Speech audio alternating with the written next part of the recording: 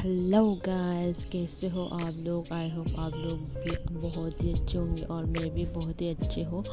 और बहुत ही दिनों के बाद आज मैं वीडियो बना रही हूँ गाइस। वीडियो बनाने का मन भी नहीं करता अब तो, क्योंकि व्यूज़ भी नहीं आते, तो वीडियो बनाने का क्या ही फ़ायदा है।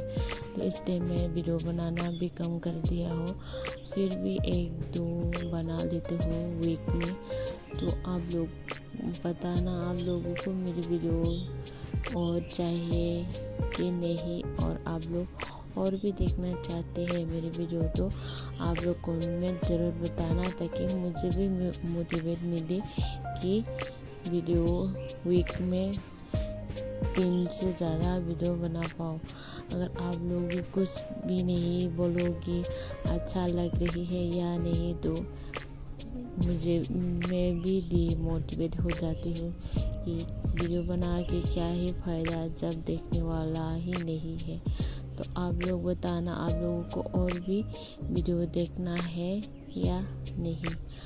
और मैं आप लोगों से कितने बार पूछ चुका हूँ कि अगर आपको और कुछ और ड्रेस का डिज़ाइन देखना भी है तो कमेंट में ज़रूर बताना। मैं आप लोगों के लिए बेस्ट से बेस्ट डिज़ाइन लेके आने की कोशिश करूँगी, आप लोगों को दिखाने की कोशिश करूँगी।